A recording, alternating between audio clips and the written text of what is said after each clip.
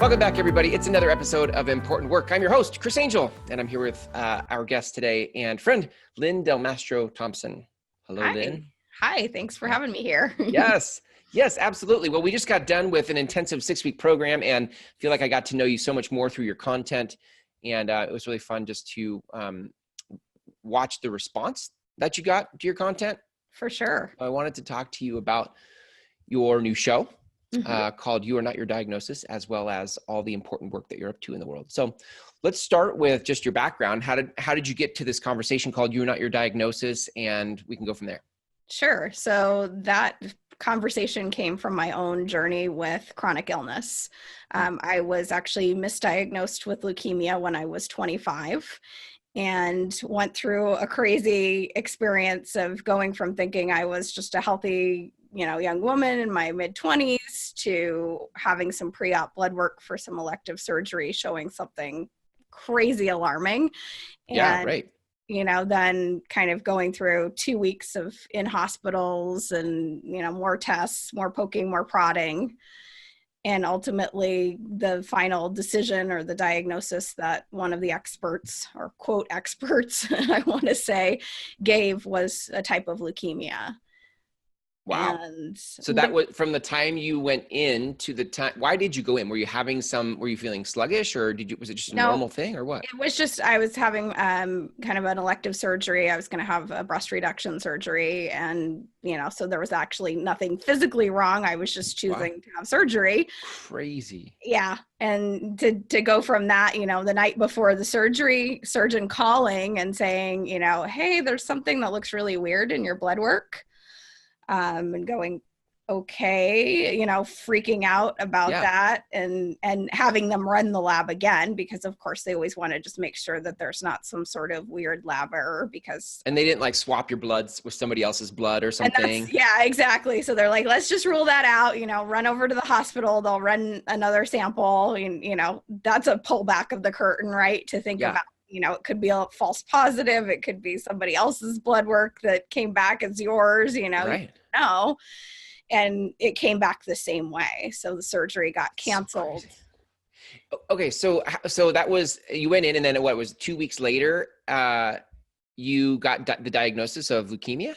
I was, in 2 different hospitals over those 2 weeks because I had started to actually show symptoms about, let's say 4 or 5 days after this whole thing. I started to swell up in my belly. Just like I started to actually look like I was, 4 months, 6 months pregnant because I had all of this fluid in my belly. And they figured that part out fairly quickly. What had happened was I had clotted off the veins that drain your liver, which of course is not something that should happen in anyone's body. And so they knew that part of it, but then the whole process was trying to figure out why had that happened. Wow. And also sending me someplace that was more of a specialty place where they could go in with a balloon, just like they do with hearts. And they can, go in and do an angioplasty kind of thing with a balloon and open that back up. They can do that with the veins in your liver. Wow. Yeah. Wow. So you got this diagnosis. That's crazy. First of all, I mean, that's sky is falling. The everything is shifted and changed to then what?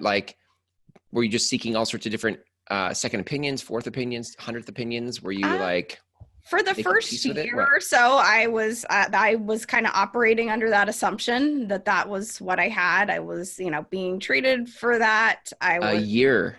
The first year. Yes, the first year. Just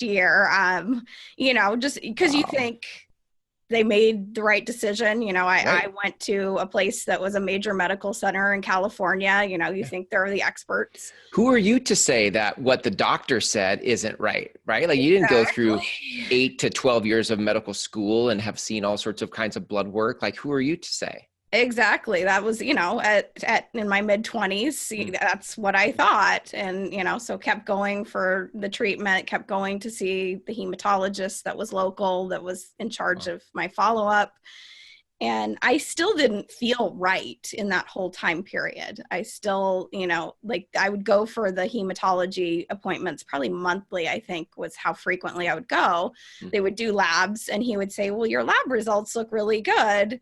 How are you feeling? And I would always say, I actually feel horrible. Like, I don't feel like I'm, improving in terms of symptoms. I had lost a lot of weight. It was very, very skin and bones by a certain point.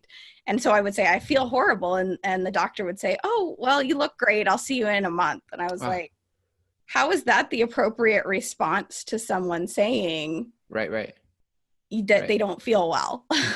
Yeah. So there was something physically happening. Like you could tell there was something not working in your body the way you wanted it to, but you also had this thing of like everybody says it's fine and I don't feel fine. Right. Why is nobody listening? And I can't remember how far into kind of that 3-year thinking of that I had leukemia. I went back to the center, the medical center where they diagnosed me, trying to kind of get a reevaluation, like as an outpatient. Right. And to go into that appointment, that was another just shocking experience because I got there, I had been in that hospital for probably 10 days as an inpatient. I get to this appointment with this doctor and there's an empty file folder. Like they had not pulled anything from my records. She just opened up this manila file folder and there was nothing inside. Wow. I was like, you knew I was coming here, right. Who dropped the ball on that, to not have my records. Yeah. And so I really got nothing because I was just had to fill that doctor in on the whole history. And she was like, yeah, it's all, everything looks like what they say, blah, blah, blah. We're not going to do any reevaluation here. So nobody was listening to me. Yeah. So this is 3 years. How long until what shifted and how long was it until that shift happened?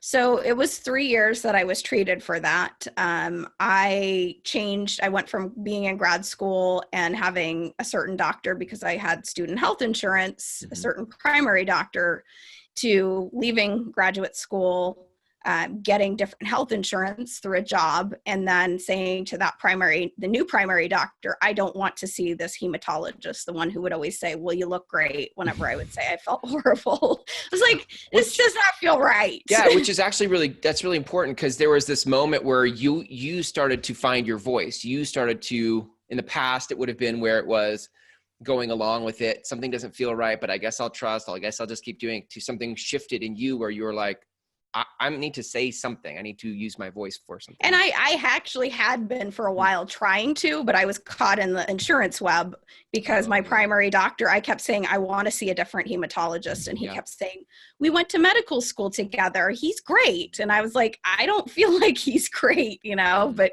when you can't get a referral to a specialist, you're kind of in that position of being stuck by how the system works. Wow. Yeah. Got it. Very frustrating. Yeah. So how did you move out of this? How did you get clear that it wasn't leukemia and turning a new chapter here? So I saw a different specialist, different hematologist when I left my graduate program, got different insurance. And in that very first appointment, I think I brought in a stack of medical records about 3 inches thick because it had been 3 years of my life, handed it to him. He started flipping through and he said, I don't think this is what they said. I don't think this is leukemia. And that was just that moment. I remember so many different emotions. I remember relief because somebody had listened to me, anger because nobody had listened to me to that point. It had taken 3 years, and then just confusion of well, what is it? Because they said it was this, but I obviously am not well. I still was not well at that point. Yeah. What was your graduate program in? Side note. History. What were you studying? History. Got it. So you're studying history and then you come out of this, how did you, what did you choose to do professionally? Did you go right into some of the work you're doing now or because this is a life-changing event. Yeah. It was a process. So in those 3 years when I was being treated for the wrong thing, I actually started exploring alternative healing. I started going for acupuncture. I started seeing going for therapeutic yoga classes, which I didn't even know that was something that existed. Like, to me, yoga was always something I saw in a gym. Right. And so it was kind of this process of exploring what existed out there that I didn't know as a girl who grew up in a small town in Idaho. And it's like, you know, you have the Western medical system and a chiropractor, maybe, you know. Right. Yeah. And so I started exploring those things. And then kind of at that time when I left that graduate program, and I first had to just get a job with insurance, because that was like the main decision maker, was I needed health insurance. So I got a job. And as soon as I kind of let go of this thing, which the whole story of the graduate program I was in before, I'd been hanging on to it for several years, even though I was miserable. So I let go of that. And then I started to realize how passionate I was becoming for these things that were helping me. I wasn't like completely well in those 3 years, or in those 2 years really, that I was seeking alternative care, but it was helping me in a way that these doctors who were not listening to me wasn't helping. Right. Did you ever find a diagnosis? Did you ever determine what's happening or what happened? Yes, a different blood disorder, which the fascinating thing is the correct diagnosis, which is something called polycythemia vera, which probably nobody's ever heard of. Yeah. It's just a type of blood disorder, has always been or tended to be correlated with this clotting off of the veins of the liver, whereas this type of leukemia that they originally diagnosed has never been. There's never been a correlation. Interesting. So they based everything in that diagnosis. I actually had someone ask me recently, like, how did that happen? They based everything off of one blood test that was either a false positive or it was somebody else's blood. That's the best that I can figure out after that time. We tried to investigate, like, what happened? How did this happen to me?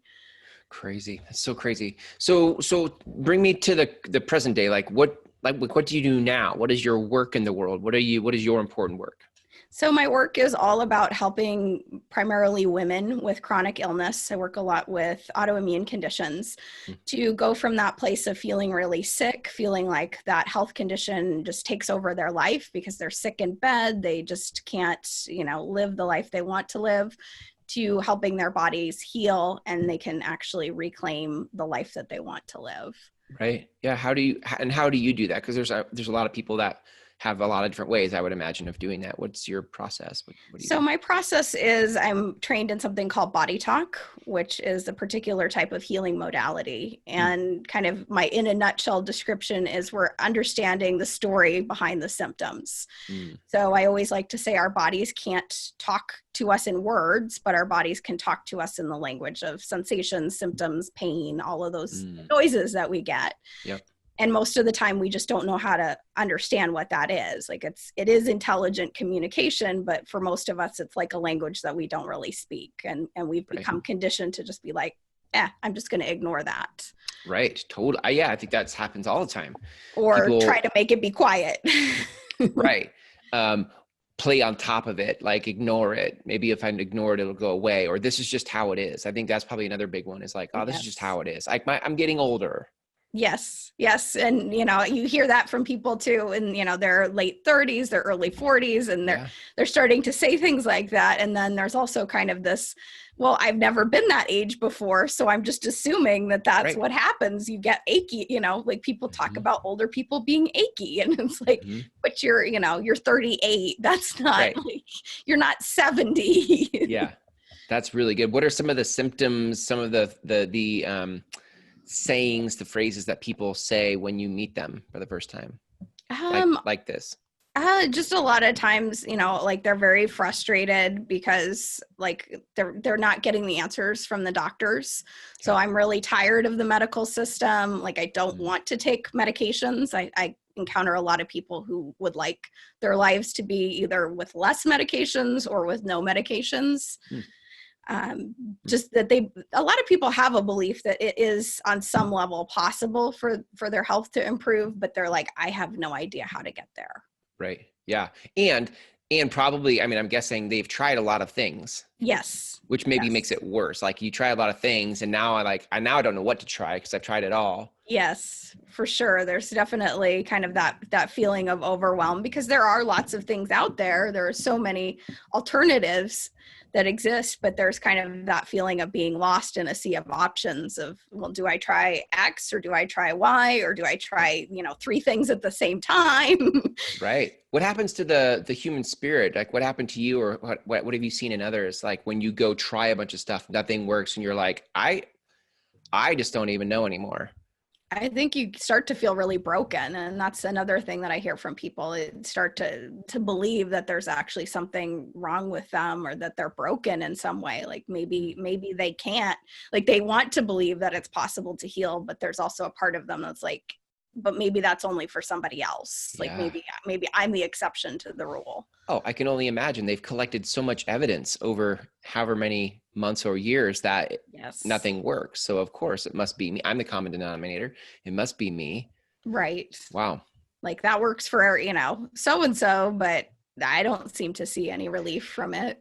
Like you stop believing, not just stop believing in yourself, but you lose hope for anything. Like I would imagine losing hope for your own healing could lead into cynicism about other things, like that love doesn't exist in the world, or Right. that, right? Like it's just like everything Right. is Or clouded. feeling like, the other thing I hear a lot is feeling like a burden on the people Mm, that care about you, be that a right. spouse, be that some people have children, and it's like their children aren't really having the normal growing up experience because they're taking care of a parent who's sick, or their parent can't, go with them to all of the Yeah. things that they would like. Do you know any stats on how many people have a chronic illness? I looked up kind of more stats on like autoimmune disease, Mm, and it's a huge, in the yeah. US it's in the hundreds of thousands. Yeah. Not so that's just the autoimmune, and then take it into like just the regular aches and pains, people Right. not feeling good in their bodies. I mean, Yeah. that's now we're into like the tens of millions, if not more. I mean, now we're just Right. crazy big numbers. Yeah, I mean, I looked when I was writing my book, I looked up some interesting statistics about like how many people take over the counter medications on a basis, Wow. and it's staggering, Yeah. the number of like Huh. over the counter things like Tylenol and stomach medications and all of that are sold, and we're conditioned again to just think that that's what you do. You have a headache, you just take an Advil or a Pop an Tylenol Advil. Yep. and get back to work, get back to what Interesting. you're supposed to do, instead of like taking a few minutes and going, well, maybe this actually could be resolved without taking that Advil if I just Well, knew. what about that for a minute? Like, why not just take the pill? What is like, um, why not just do that? So I like to call it, then it becomes the game of whack-a-mole, because when you suppress something in one place, it's Yeah. like, okay, you push me down over here, I'm going to pop up over here as That's something else. awesome. It may not Right. be the same symptom. It may have started out as a headache, and then you start getting a Mm, stomach ache, and you push down the stomach ache, and then, it's a wow. backache, and it just kind of moves around, because it's like, okay, you won't listen to me here.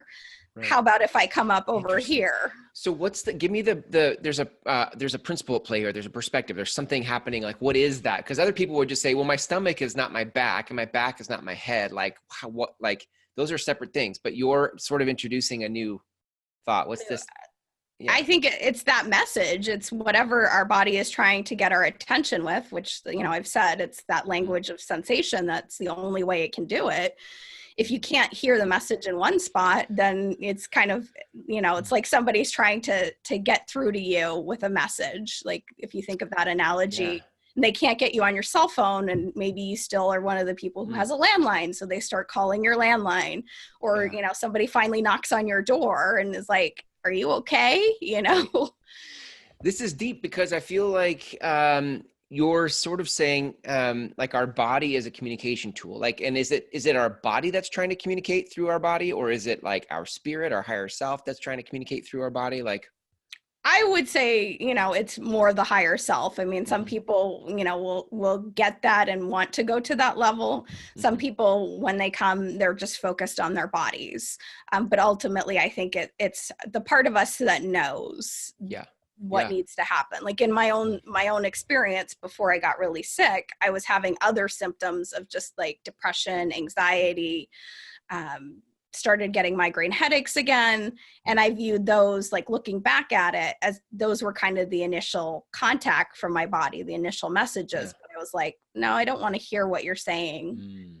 And so then, like, finally the big scary thing happens, which in my story, I call it my cosmic 2x4 to the side of the head. Like, you're not listening, stupid. Here you go. Let me whack you up the side of the head. Yeah. Is it, I would imagine, so part of it, the higher self could be communicating about things in the body. Like, hey, your body's not well. Like, there's something you need to do for your body. But sometimes do you find like the message it's getting communicated through the body about something that's not physically about the body?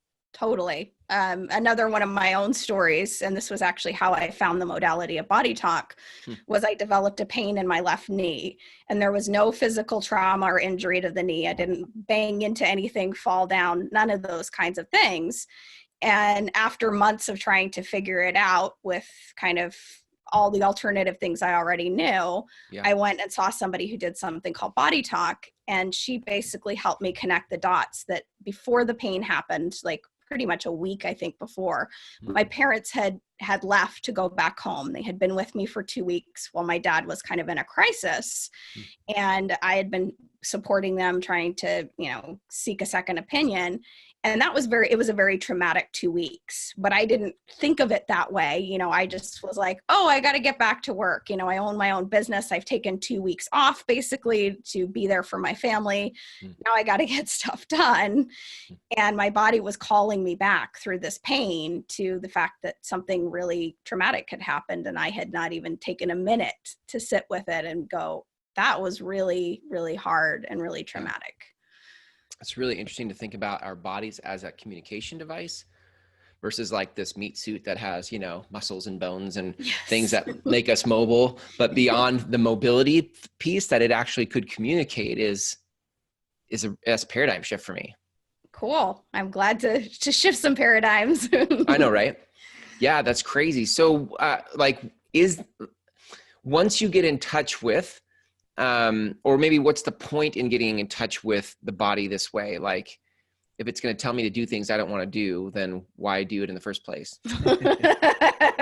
Well, then there's the need for another paradigm shift, because it's going to tell you things you don't want to do. It's like it's probably going to not resolve. But ultimately, if you are in that place of like wanting to listen and then take whatever is coming through, whatever wisdom your body is sharing, you can heal things without needing to go on medications, without getting to a big scary diagnosis. Like, you can address it at the root before it manifests into something huge. I would imagine the further down the pain path you go of, like, I can't get out of bed. I mean, then we're never going all the way down to like, I feel like I have a terminal diagnosis. I can't get out of bed. I'm depressed. I mean, at some point you just want to live, it's not even like, I didn't want to communicate with my body. I just want to live. And if communicating with my body is the path, then fine. But I just don't want to do this anymore. Right. Exactly. Is there life on the other side of a misdiagnosis? Is there life on the other side of our aches and pains and all the things, our pill popping and For sure. I mean, I see it all the time with people who, have a chronic diagnosis and autoimmune disease. I've had many, many clients be able to either reduce the amount of medications that they're on and feel better than when they were on them, because that's obviously a key piece of it. We could all go off of medications, but we wouldn't necessarily feel better if we didn't heal. Right. Or completely eliminate. I've seen people be able to just be like, I don't even need to take medications anymore. Wow. People, who were basically stuck at home most of the time, sick in bed, like being able to get out of that bed and start living life again, like start working again, start engaging with their family and friends in a different way, like to really not just be existing, because that is ultimately when we get really, really sick and we're just in that place of being stuck in bed. Like, I remember that at a certain point, just feeling like I was just existing. Yeah. I would imagine at some point you just, like I said, you don't want to do this anymore. So it's, you have to get really honest with yourself. Like, I think there's a lot of ways we lie to ourselves where, oh, it's just like we've already said, like, oh, I'm just getting older, or, oh, this always happens, or. Right. we just lie to ourselves about, we're not honest about something. Right. And we also are conditioned with different beliefs too, because I think there's that paradigm of like, when we hear doctors say something is a chronic illness, that paradigm and that system is, that means it's never going to get better. Like it's just something that's managed with medications, but they don't have a cure. Right. And my paradigm is really, pills aren't the only thing that could help someone heal. So just because a doctor says, I don't have like a pill or a surgery that will make this completely go away for you, you know, you're going to be dependent on this for life. Well, there's other things that you could do that could actually heal it. Right. What are some, if we think about like some of the actions that people take to sort of moving out of this place they feel stuck, how do they move out into the world? How do they start doing things differently? I think, you know, starting with looking at your mindset, you know, are you willing to examine what you think is possible? Like, can you look at that paradigm of having heard a doctor say this is chronic? And, you know, are you willing to look at that in the light of day and say, that's only like a certain paradigm, that is not gospel truth? I mean, for me, that's a huge thing. Huge, yeah. And, you know, I've had several people that have come to try and work with me and they can't get past that belief. And that is really a limiting factor then in their healing, because if you don't think it's going to be possible, you're kind of like setting a wall there. And it's like, well, you know, maybe you can just help me feel a little bit better. Like you can symptom manage just like the doctor does with medication. Right. But I'm never going to get, you know, all the way better. What else can we start doing? I think starting to just develop a new relationship with your body is another huge thing. Yeah. So, you know, that idea of that conversation or the messages from your body, you can just even start to play with that for yourself of just when you have a symptom, be it minor or major, start to say, you know, what is this about? Like, what is my body? And ask your body, like, what is the message here? So, you know, if you have a headache, you taking a few minutes, get quiet, take some deep breaths, and then be like, okay, headache, what's this about? And, you know, sometimes when I teach that to people, it's a process. Like the first time you do that, you may not get like some great answer. Yeah. You might be sitting there going, this kind of, I don't know, like, is this going to work? Like, how's the answer supposed to show up? Right. I had a thought, but I don't know if that thought was it, because then a second thought showed up. I mean, which thought is the...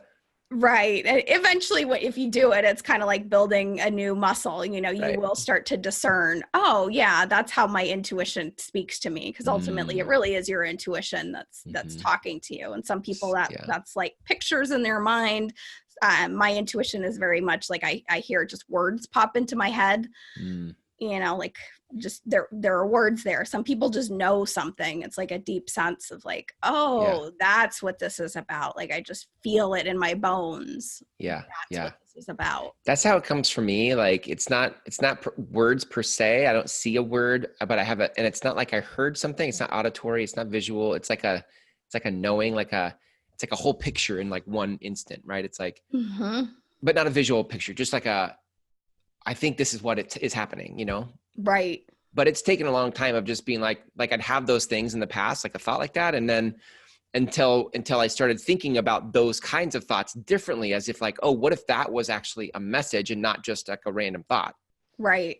That shifted my relationship and my awareness to the stuff that would happen in a day.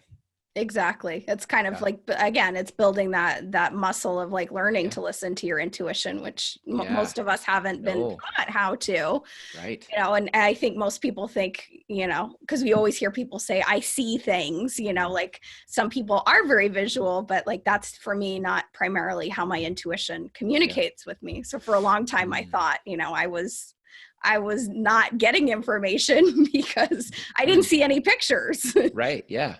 Good point.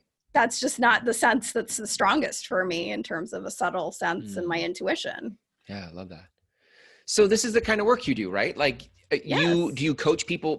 Walk me through the kind of work that you do.